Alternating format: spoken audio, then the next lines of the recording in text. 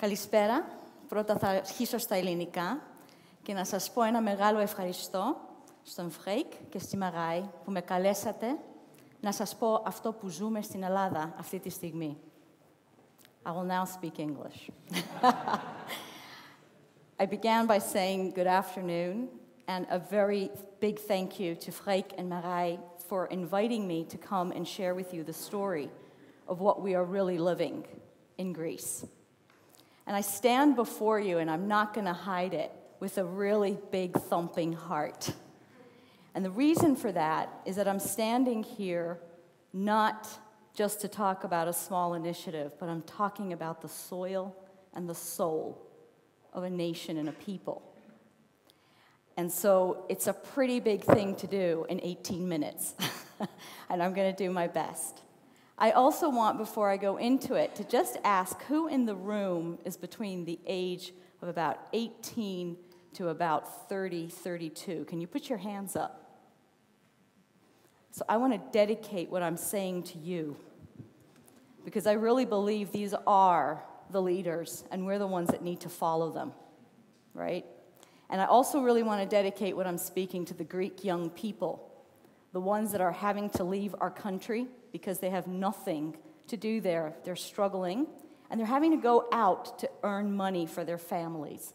And I'm also wanting to dedicate it especially to those that are not leaving, because they're staying. And we've got 55% unemployment of that age group. And when we say unemployment in Greece, we mean no benefit. Okay, so this is resilience that these young people are living with. So I just really want to dedicate that to them and to all of you that are in this room. So I'm here wanting to invite you into my world, which is Greece, and I'm standing before you just as a human being, yes, as an Ellinida, a Greek woman, and also a citizen of the world, a European and an inhabitant of an earth. And I'm offering all of this to you because I feel those are all the layers that our humanity are living in at the moment. And we're standing at a point in our humanity when we really have to make a choice. And to me, the choice is, do we keep going around the same circle? Do we keep repeating the history? Or do we start to systemically transform and really, really go for an upgrade in our humanity? And I've been blown away by the Bank of the Future and banking on the future, if I can play with the words, because everything that's been spoken about, we are so living firsthand in Greece. So let me try and take us a little bit into the story. And I've tried, you know, in Greece we talk in spirals, so I'm going to try and talk more structurally. And I want to break this story into three different tales. There's a waking up part to what I'm sharing with you, there's a dying system part, and there's a birthing of new life. And this is all happening simultaneously. So it's seriously complex, it's seriously emotional, and it is seriously full of despair and also inspiration at the same time. I want to begin really by talking about the waking up and really offer, cheers, okay, do I need to hold this? Okay. And really offer the question of what are we living for, or what are we living, up to as well. This picture is a picture from one of our porias, you call them protests, but it's people just coming out to show their solidarity, to show their togetherness, and also to show that we are not with our government that is making certain decisions on our behalf. And the waking up was very sudden in Greece, and it was triggered by the credit rating agencies reducing our credit rating. And so from working with legitimate credit and debt, which all our countries get, by the way, it's not just Greece, we ended up in a situation where that kind of legitimacy was pulled. And we found ourselves in another cycle and kind of debt, which really feels to us as Greeks a new market of how you keep the current economic system going. And so how does that work? It basically works that you change from having legitimate credit and debt given to you to being given bailout memorandums, which is what they're called. And every few months, we Greek people go through this horrific, insulting process of having to have these bailout memorandums with the austerity measures, which will never be paid back. And so it's a ever decreasing or ever, a cycle going downwards. And so what we have is this incredible triangle, which a lot of people don't really understand. Because a lot of people believe in Europe that it is your taxpayers' money that is coming to us as the bailouts. And so you get this incredible media that you're getting in this part of the world that is saying that it is your money that is coming to us lazy, corrupt, tax-evading Greeks, right? And because what do? You've been there on holiday. You've seen us drink coffee and ouzo all the time and play with a komboloi. So what is really going on, and this is a little bit of a triangle, and I'm going to really simplify it, is you've got the IMF. That's one of our players, the International Monetary Fund. They are the ones that give the legitimate credit to all of our countries, folk. They are selling that credit to countries that have the legitimacy of the credit for about 2%, because I'll give you some figures. They then actually sell it to us and the other pigs, remember Portugal, Ireland, Spain, and Greece, for about 5 to 5.5%. It's easy maths. 3% profit, not a bad profit, eh? Nice new business. And look at the GDP. Look at the GDP of certain countries. They're going up, and certain countries are going down. So the wake-up call was really, really real for us, and it was really, really sudden. So I want to talk a little bit about the what's dying and what is the fight really about. What it feels like for many of us Greeks is that the fight has to do with keeping an economic system that is dying. In 2008, we felt the crack in the pillar of our present civilization. Our whole lives have coalesced around making money, and our safety, our security of who we are is based on that pillar. It got cracked, and somehow it's on a life support system, but you are still trying to keep it going. Why? Because we're afraid of what we don't know. And today you've heard story after story that there is alternatives, right? And we're already living them. So it's not like we're not living them. So the fight for us is really feeling like we need these markets of keeping that money system going through the system. Because how do you keep the banking system going after what happened when the bubble burst, right? I want to talk a little bit about the impact of this. What does it mean for human beings? What does it mean for Greeks, for citizens of Greece? What is the impact of that dying system? And I'm showing you some pictures. We are seeing people looking in the garbage for food. We are starting, if you have leftovers, to put them in bags and put them by the garbage, somewhere respectful for somebody to come and get them. We are seeing an incredible increase in our homelessness. We are not a country that had homelessness. You are seeing incredible reductions in pensions. People who have worked all their lives are hardly earning anything. You are actually seeing many of our social systems completely disintegrating. I want to give you one example. Our national health system is not paying our pharmacists enough or regularly or at all for the actual medication that they give you used to be able to get your meds for free. So if you don't have money to buy your medicine, you can't have it now. The pharmaceutical companies are not giving the credit to our pharmacies, so they cannot buy it in advance. So if you don't pay for it in advance, you don't get it. What do you say to the little old lady who's earning about 450 euros a month? It's pretty tough. So the impact on human beings is massive, and there is an incredible despair and hopelessness, which is creating an inertia, and it's very, very dangerous.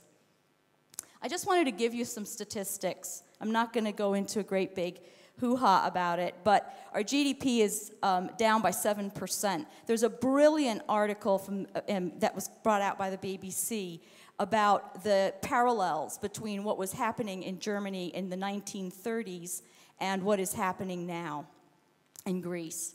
It is a magnificent article to look at because it's really bringing through the damage that the austerity is actually doing. We're at 26% overall unemployment, and we are at 55% unemployment for our young people. Our pensions have been cut, and the homelessness rate doesn't look great, but it's massive for us because we didn't have them. The suicide is unbelievable and the most shocking. We've had 1,300 suicides just this year. And then the last one I really want to speak to, because this is the Golden Dawn Party, which is a far-right party where we are seeing incredibly new levels of violence happening throughout the country.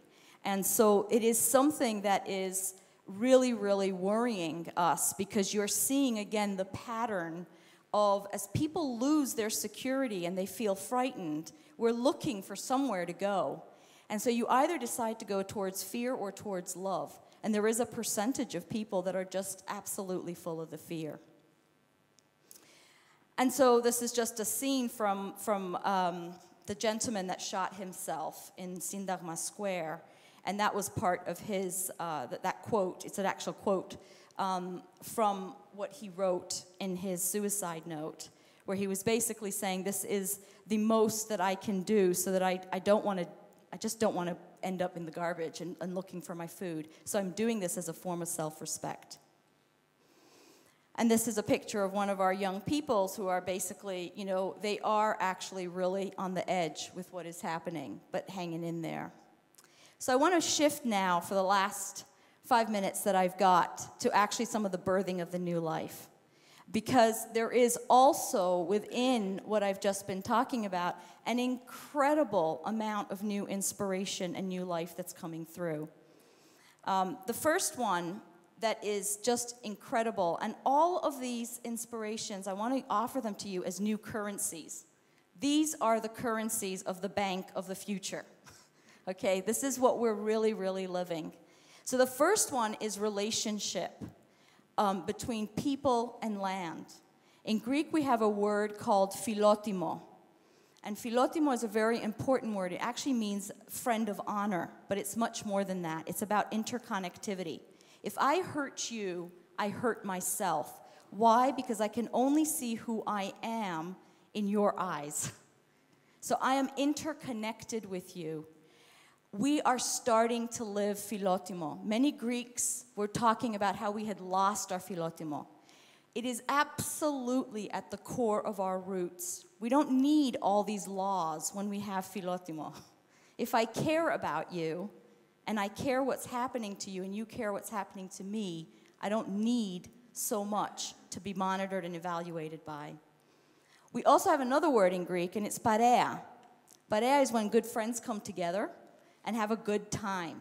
You drink, you eat, you laugh, you cry, you live life. A lot of that is happening in Greece. And why that's happening, I mean, I love the Lydia thing that we heard earlier about playing. It was from the TEDxTalks. You know, we actually are dealing with the despair through being in pareia. But something else happens in pareia. Innovation happens. Because the ideas that you kick around as friends start to work. You start to try stuff out. The other really big one is there is starting to be a movement of young people, and all ages actually, moving from the urban areas into the rural areas. So a new, or going back to the roots of our land. There's no reason for us to import food. We've got 2 growing seasons. We can live. We've got fish. We've got what we need. But we've gotten into a system where we actually are importing. A great one that freaked me out last year was we bought 1.5 million worth of olive oil from Germany last year. I don't know about you guys. I haven't seen many olives growing there. But that's part of the madness that our economic system has gotten us into, our globalized economic system. So another trend, which has been absolutely amazing to see, is going from our farmers to direct sales. These are our potato farmers who basically got angry and said, we are not selling our potatoes at that price out into the market because it's so low. We're going to sell directly to our people. What did they do? They set up a website. You can go on the website. You can say, I live in Trikala. I would like a delivery of potatoes. They actually see how many people. They come, and you buy directly from them. Our wheat farmers are following. Our olive farmers are following. So we are going direct sales. It is seriously more affordable to do it that way. And it makes sense. It's local. When you come to the point that we have come to, you become ecology. You become nature again. You think local and you act local. You start to talk to each other as neighbors. You start to help out one another. Another trend is the self-organizing. I have been working with participation, and I've used this word lots of time in lots of parts of the world, and now I'm living it real time. You see a problem, you do something about it. You don't talk to the authorities, you don't wait for the system. You are the system. You do something about that. You just respond. So last year, we were coming into the winter months, and a man said, we got to do something about our homeless people. It's getting cold. They have nowhere to go. So he posted on Facebook, I'm going down to Sindagma. I'm going down with whatever I can find in my house. Who wants to join me? And he started a whole movement of how we took care of our homeless people last year. This year, there are some shelters that have been created that are helping people. And so everything, you guys, is happening from citizen agency. Very little is coming from anywhere else, and you just respond. Your neighbor gets their electricity cut off because we're being taxed to our electricity. We have extra austerity taxes, and they can't pay it. Well, what are you going to do? Leave a person in the darkness?